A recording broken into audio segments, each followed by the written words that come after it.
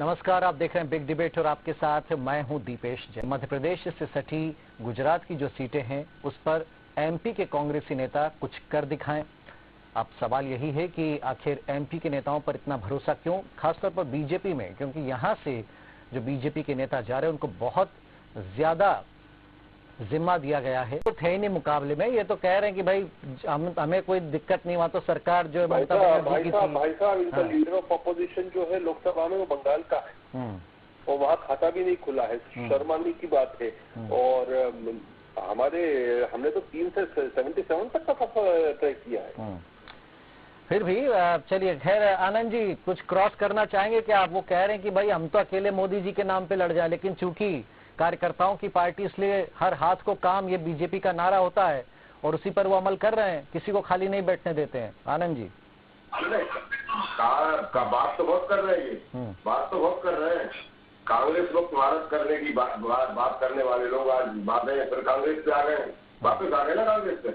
और दूसरा ये कि इनके पास नेता है, कार्यकर्ता है, विकास तो कहीं है ही नहीं। आप देखिए मध्य प्रदेश में विकास कहाँ है। आज किस तरह से विकास की बात करने वाले लोग विकास के नाम पर पुल बना रहे हैं तो पुल ढह रहे हैं। विकास के नाम पर गुजरात में ही पुल गया, अभी पुल रहा है, तो कौन सा विकास है? अरे नहीं आनंद जी, मुद्दों पे आजकल कहाँ चुनाव होते हैं, आजकल तो मैनेजमेंट पर नहीं। देखिए सुनिए, दिग्विजय सिंह जी ने कहा था कि चुनाव मुद्दों से नहीं मैनेजमेंट से जीते जाते हैं। तो भाई ये अपना मैनेजमेंट लगा लेते हैं एंड टाइम पर। देखिए बिल्कुल आप सही बोल रहे हैं कि ये दिग्विजय सिंह जी ने कब बोला था, आज से 20-25 साल पहले। अब आज हम विकास की बात कर रहे हैं, विकास के नाम की बात कर रहे हैं। गुजरात मॉडल की बात करने वाले लोग अगर इस तरह की बातें करें तो इससे ज्यादा धर्मसार वाली कोई बात नहीं होगी। और दूसरा ये है कि नेता है, कार्यकर्ता, अरे भाई नेता कार्यकर्ताओं को विकास की लाइन पे लगाते ना, तो क्यों भ्रष्टाचार हुआ, क्यों ये पुल गिरा, क्यों ये बांध कब ढह गया, क्यों मोल भी जैसे हादसे हो रहे हैं यहाँ पर। तो गुजरात में जहाँ पर इस तरह के हादसे, तो विकास का जाएगा इनका। इनके पास आज ये हालात है कि मध्य प्रदेश में कोई विकास हो रहा है। आप आम आदमी पार्टी से लड़ रहे हैं या बीजेपी से लड़ रहे हैं? दोनों से बड़ा टफ मुकाबला है। देखिए मैं तो एक बात बोलना चाहता हूँ, क्या मध्य प्रदेश में कोई काम करने वाले लोग नहीं है? यहाँ पे गुजरात के लोगों को यहाँ पर बुलाकर, और यहाँ पर अमीरी हॉस्पिटल बनी, अमीरी हॉस्पिटल का पता चला कि ऊपर से प्लास्टर गिर गया, बस काम खोलने का लगा, गुजरात के आदमी ने आके काम किए। तो ये गुजरात मॉडल की बात करने वाले लोग जब मध्य प्रदेश में आकर हमने देख लिया। नहीं मुद्दा देखिए, विकास वगैरह तो अलग बात। आज हम कर रहे हैं कि आखिर क्या करते हैं बाहर के नेता जाकर के, कैसे वो चुनाव संभाल लेते हैं, बात इसकी हो रही है। आनंद जी मैं आता हूँ आपके पास में, राजेश जी का में कमेंट लेंगे, मैं आऊंगा फिर आपके पास गुलरेज जी। राजेश जी, तो ये क्या करते हैं भाई, ये जो बाहर से नेता भेजे जाते हैं, ऐसा कौन सा जादू? कई बार तो वहाँ की भाषा भी नहीं आती है समझ में, फिर ये कौन सा चमत्कार करते नेता, इनको इतनी बड़ी बड़ी जिम्मेदारियां सौंपी जाती है? राजेश जी।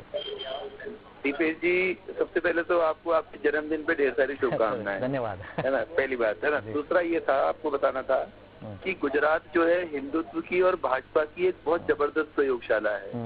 ये हम सब जानते हैं। जो कुछ भी हिंदुत्व का मॉडल आज चल रहा है या राजनीति में, जो किस तरह से राजनीति में धर्म का इस्तेमाल, धर्म का राजनीति में इस्तेमाल, ये इसका जो जीता जागता उदाहरण है गुजरात। वहीं से शुरुआत हुई थी और वहीं से 2 से ये आज 303 या जितनी भी अभी क्या सीट है, 303 सीटें वहां तक पहुंचे हैं।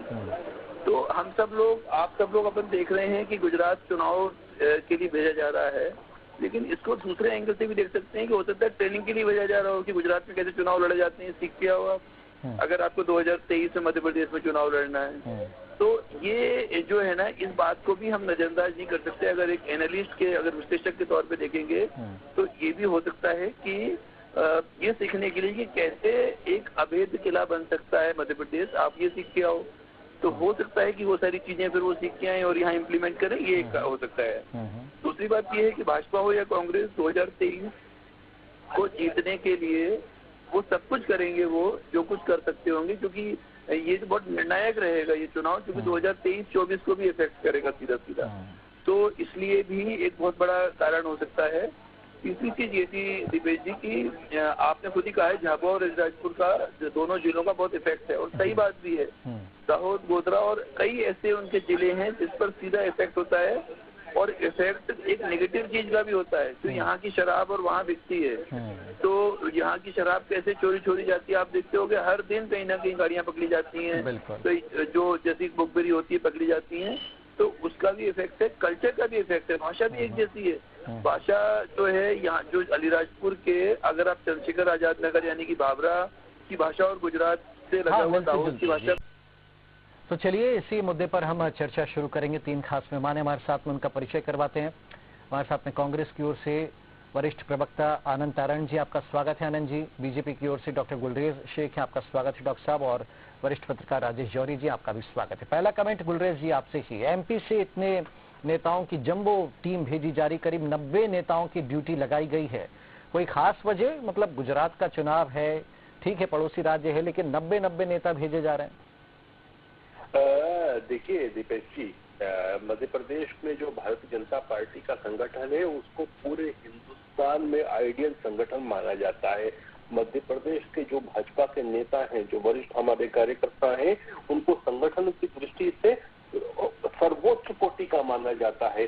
तो यदि मध्य प्रदेश में चुनाव नहीं होता है किसी समय और दूसरे प्रांतों में होता है, तो डेफिनेटली यहाँ के लोग जाते हैं, हमारे कार्यकर्ता, हमारे मंत्री, हमारे संगठन मंत्री जाते हैं और पार्टी को इसका पूरा फायदा मिलता है। क्योंकि यहाँ की जो गुणवत्ता है, ऐसी संगठन की गुणवत्ता कहीं नहीं है। ये बात तो खुद अमित शाह जी ने भोपाल में कही है। तो डेफिनेटली हमारे कार्यकर्ता हर जगह जाते हैं, मध्य प्रदेश का भी और भारतीय जनता पार्टी का नाम रोशन करते हैं और नए कीर्तिमान बनाते हैं। तो आनंद जी देखिए, ये हैं बीजेपी के देव दुर्लभ कार्यकर्ता जिनकी डिमांड बहुत होती है मध्य प्रदेश से, खास तौर पर ये मध्य प्रदेश में मिलते हैं कहना चाहिए, और अलग अलग राज्यों में जाते हैं। अब गुजरात वो जा रहे हैं किला फतह करने के लिए, तो आपके पास ऐसे देव दुर्लभ कार्यकर्ता और नेता हैं क्या जिनको आप गुजरात भेजेंगे? ये नाम तो आपने सबसे बता दिया, लेकिन बड़ा अभी नाम ही बताएं, गया कोई नहीं है। वहाँ तो पहुँच भी गए, काम भी शुरू हो गया है। अच्छी बात है, काम शुरू हुआ है। ये लोग सब बंगाल भी गए थे, मध्य प्रदेश के नेता। बंगाल में क्या हाल हुआ ये भी हमने सबने देखा। तो वो एक अलग बात है, लेकिन मेरा कहना है आपका जन्मदिन धन्यवाद, बहुत बहुत बधाई, शुभकामना। तो दूसरा ये है कि भारत जोड़ो यात्रा अगर राहुल जी निकाल रहे हैं, तो ये जो आज संगतियां पैदा होंगी पूरे देश में, किस तरह से लोगों में अलगाव की बायर रह रही थी, लोग एक दूसरे के लिए शक्ति निकाय देखने लगे थे। तो निश्चित रूप से इस समय राहुल जी की आवश्यकता थी। चुनाव एक अलग बात है, लेकिन जो देश की बात है, देश जिस तरह से बिखरने के कगार पर आज खड़ा है, निश्चित रूप से जोड़ने की बात थी और राहुल जी के मन में ये सब चीजें आई और एक उन्होंने भागीरथी प्रयास किया है 3,500 किलोमीटर से ज्यादा का। निश्चित रूप से ये देश को एक नई दिशा और दशा देगा।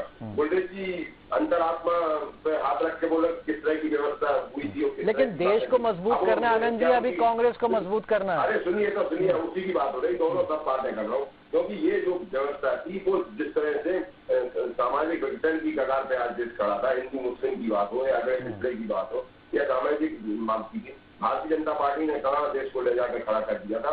उन सब चीजों की बात को लेकर राहुल जी ने ये सब निकाला। दिग्विजय सिंह निश्चित रूप से कमांडिंग कर रहे हैं उस चीज को और बात को आगे बढ़ाया और राहुल जी के साथ कंधे से कंधा मिलाकर सब हमारे वरिष्ठ नेता और सब युवा साथी और पूरा देश चल रहा है। कांग्रेस तो अपनी जगह है, लेकिन पूरा देश चल रहा है। गुजरात की यात्रा नहीं है, ये भारत को जोड़ने की यात्रा है। लेकिन गुजरात के फिर हाथ से निकल जाने देंगे क्या? समय समाप्त होने वाला है जी, माफ ठीक है। गुलरेज जी कुछ कहना चाह रहे थे, 10 सेकंड में, फिर मैं लास्ट कमेंट राजेश जी से लूंगा। जी गुलरेज जी। देखिए, सबसे पहले तो मेरी ओर से और मेरे दल की ओर से आपको शुभकामनाएं जन्मदिन की।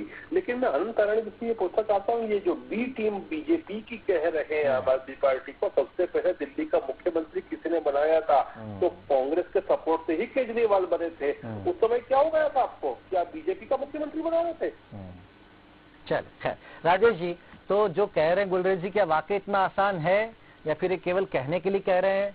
और क्या वाकई ये जो मैं कह रहा हूँ कि बहुत टफ मुकाबला है क्या, या फिर नहीं बीजेपी भाई वो तो घर जैसा है गुजरात और हो जाएगा, वो तो ना भी पढ़े पढ़ाई ना करे, होते ना कई बच्चे वो निकल ही जाते, पास तो हो ही जाते। तो क्या ऐसा आपको लग रहा है गुजरात का?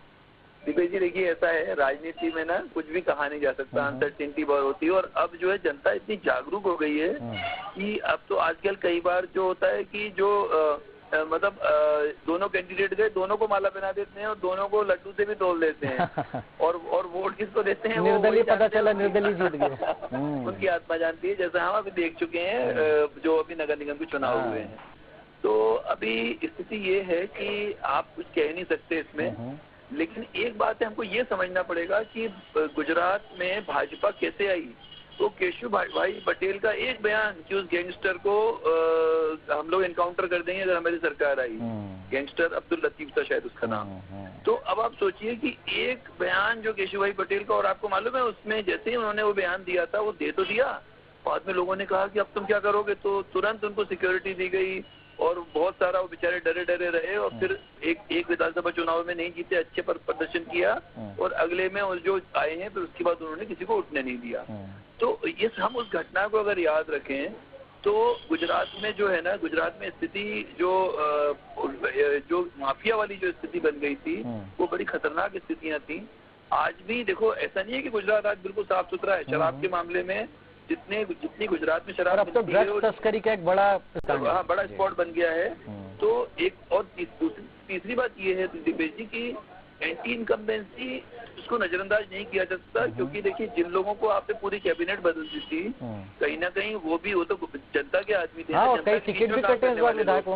हाँ वो जनता के बीच में काम करने, वो भले ही नरेंद्र मोदी जी के डर से खुल के नहीं आएंगे, अमित शाह जी के डर से खुल के नहीं आएंगे, लेकिन जो वो कर सकते होंगे, जैसे गिलेरी ने जो अपना काम किया था, एक छोटे छोटे कंकड़ लेके जो अपना पुल बनाया था, तो वैसे ही वो गिलेरी वाला काम तो कर सकते हैं ना। और राजनीति में वो गिलेरी वाला काम भी कभी कभी नुकसान दे सकता है। बड़ा दिलचस्प रहने वाला कुल मिलाकर के गुजरात का चुनाव। बहुत शुक्रिया आपका राजेश जी, आनंद जी और गुलरेज जी आपका। तो देखना यही है कि एमपी से जो नेता जा रहे हैं, नेताओं की फौज जा रही है, वो क्या करिश्मा कर दिखा पाती है, और बीजेपी के नेताओं को जो जिम्मेदारी मिली उसमें 100% खरे उतरते हैं, कांग्रेस के किन नेताओं को भेजा जाता है और वो क्या करिश्मा करते हैं, सब पे रहेगी नजरें। फिलहाल बिग डिबेट में इतना ही। आप देखते रहिए DNN न्यूज। नमस्कार।